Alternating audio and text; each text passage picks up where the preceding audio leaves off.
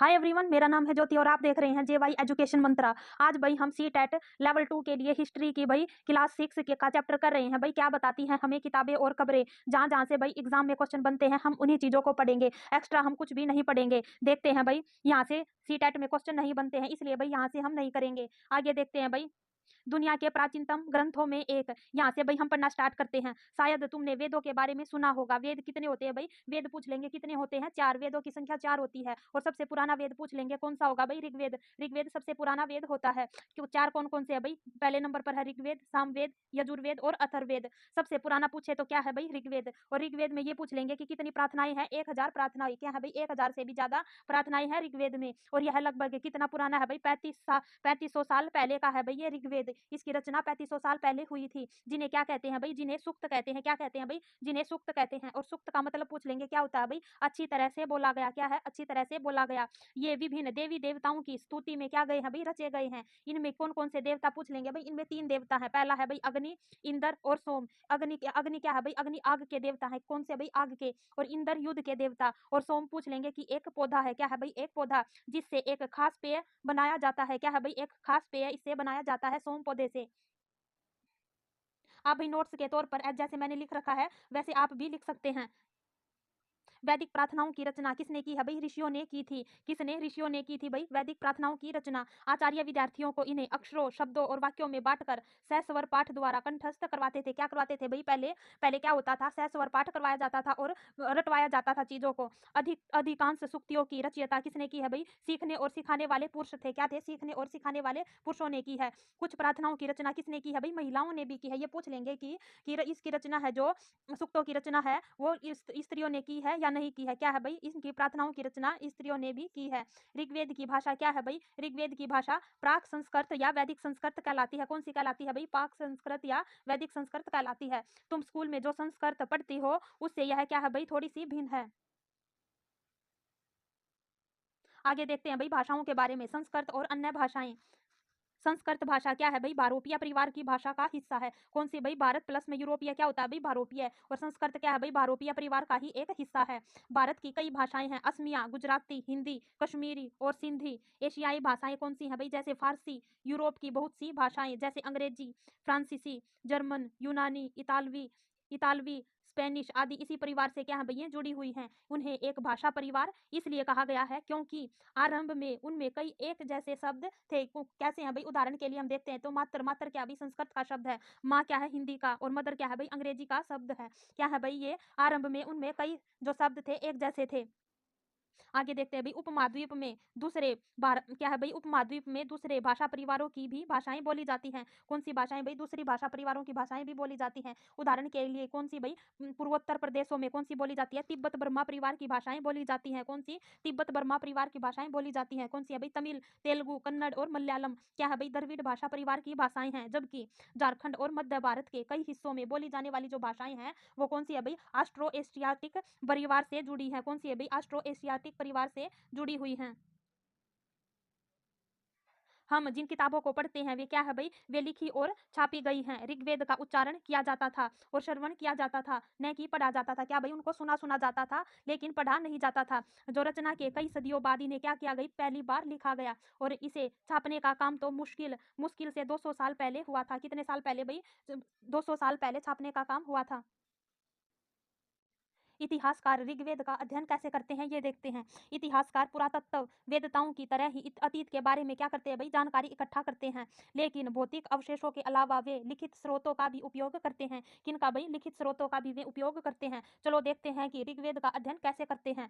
ऋग्वेद के कुछ जो सूक्त हैं वार्तालाप के रूप में है। किसके तौर पर है भाई? वार्तालाप के रूप में है। जैसे विश्वामित्र और नदियों के बीच में कुछ हमें वार्तालाप दिखाई गए हैं और ये पूछ लेंगे कि ये कौन कौन सी 2 नदियां हैं? व्यास और सतलुज। ये 2 नदियां ऐसी हैं जिनके बीच में संवाद विश्वामित्र और इन नदियों के बीच में संवाद दिखाया गया है। आगे देखते हैं भाई, ये ऋग्वेद की पांडुलिपि का एक पन्ना है भाई। यहाँ से क्वेश्चन पूछा जाता है। बुर्ज वृक्ष की चाल पर लिखी गई यह पांडुलिपि क्या है भाई, कश्मीर में पाई गई। कहाँ पाई गई भाई, कश्मीर में यह पाई गई। लगभग 150 वर्ष पहले ऋग्वेद को सबसे पहली बार छापने के लिए इसका उपयोग किया गया था। कितने भाई, 150 वर्ष पहले ऋग्वेद को सबसे पहली बार छापने का उपयोग किया गया था। इसी पांडुलिपि को देखकर अंग्रेजी अनुवाद तैयार हुआ। क्या है भाई, अंग्रेजी में अनुवाद इसका तैयार किया गया। और यह पांडुलिपि कहाँ पाई गई है भाई, पुणे महाराष्ट्र के पुस्तकालय में ये आज भी सुरक्षित है। आगे देखते हैं भाई, विश्वामित्र और नदियों के बीच में ये संवाद है। यहाँ से एक क्वेश्चन भाई पूछा जाता है। विश्वामित्र क्या कहते हैं भाई, नदियों से क्या कहते हैं, हे नदियों, अपने बछड़ों को चाटती हुई दो दमकती गायों की तरह दो फुर्तीलो घोड़ों की चाल से पहाड़ों से नीचे आओ। इंद्र द्वारा जो दी गई शक्तियों से सफूर्त तुम रथों की गति से सागर की ओर बह रही हो। तुम क्या है भाई, जल से परिपूर्ण हो और एक दूसरे से मिल जाना चाहती हो। नदियाँ क्या कहती है भाई विश्वामित्र से, ये देखते हैं कि जल से परिपूर्ण हम देवताओं के बनाए रास्ते पर चलती हैं, एक बार निकलने पर हमें रोका नहीं जा सकता। हे ऋषि, तुम हमसे प्रार्थना क्यों कर रहे हो। नदियाँ ये पूछती है कि हे ऋषि, तुम हमसे ये प्रार्थना क्यों कर रहे हो। विश्वामित्र क्या कहते हैं भाई नदियों से, हे बहनों, मुझ गायक की प्रार्थना सुनो। मैं रथों और गाड़ियों सहित बहुत दूर से आया हूँ और कृपया करके अपने जल को हमारे रथों और गाड़ियों की जो धुरियां हैं उनके ऊपर न उठाओ, ताकि हम आसानी से उस पार जा सके। नदियाँ क्या कहती है भाई विश्वामित्र से, आगे ये देखते हैं। हम तुम्हारी प्रार्थना को क्या करेंगी भाई, सुनेंगी। क्या कहती है भाई नदियाँ, हम तुम्हारी प्रार्थना को सुनेंगी और इससे तुम क्या है भाई, सुरक्षित उस पार जा सकोगे। इतिहासकार यह बताते हैं कि यह प्रार्थना उस क्षेत्र में रची गई होंगी जहाँ ये नदियाँ क्या है भाई बहती है।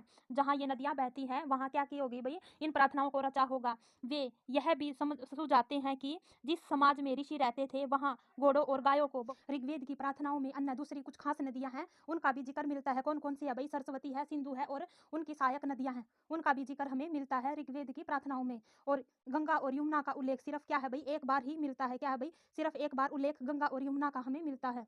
यहाँ से भाई एक क्वेश्चन आपका पक्का बनता है। मवेशी, घोड़े और रथ, इनके बारे में पढ़ते हैं भाई। ऋग्वेद में मवेशियों, बच्चों और घोड़ों की प्राप्ति के लिए अनेक प्रार्थनाएं हैं। क्या है भाई, मवेशियों के लिए, बच्चों के लिए और खासकर पुत्रों के लिए, और घोड़ों की प्राप्ति के लिए क्या है भाई, अनेक प्रार्थनाएं हैं। घोड़ों को क्या किया जाता था भाई, लड़ाई में रथ खींचने के काम लाया जाता था और इन लड़ाइयों में क्या है भाई, मवेशी जीत कर लाए जाते थे।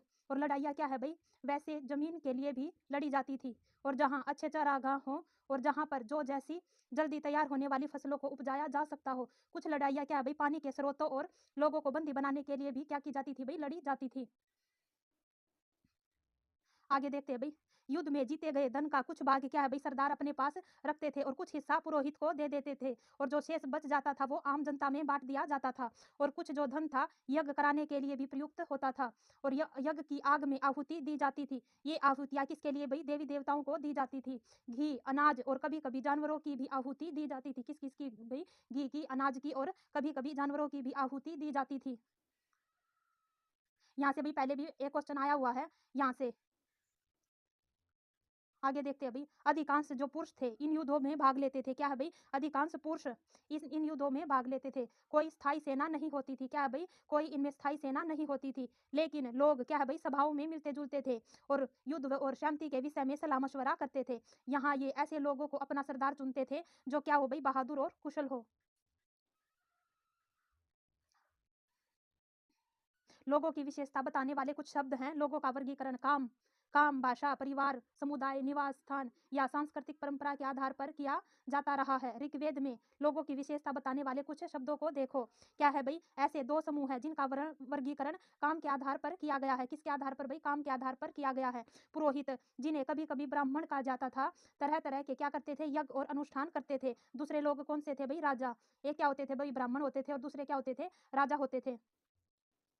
ये राजा वैसे नहीं थे जिनके बारे में तुम बाद में पढ़ोगे। क्या भाई, वे न उनके पास सेना थी न ही क्या था भाई, ये कर वसूलते थे। प्राय राजा की मृत्यु के बाद उनका बेटा अपने आप ही शासक नहीं बन पाता था, जैसे क्या होता भाई पहले होता था।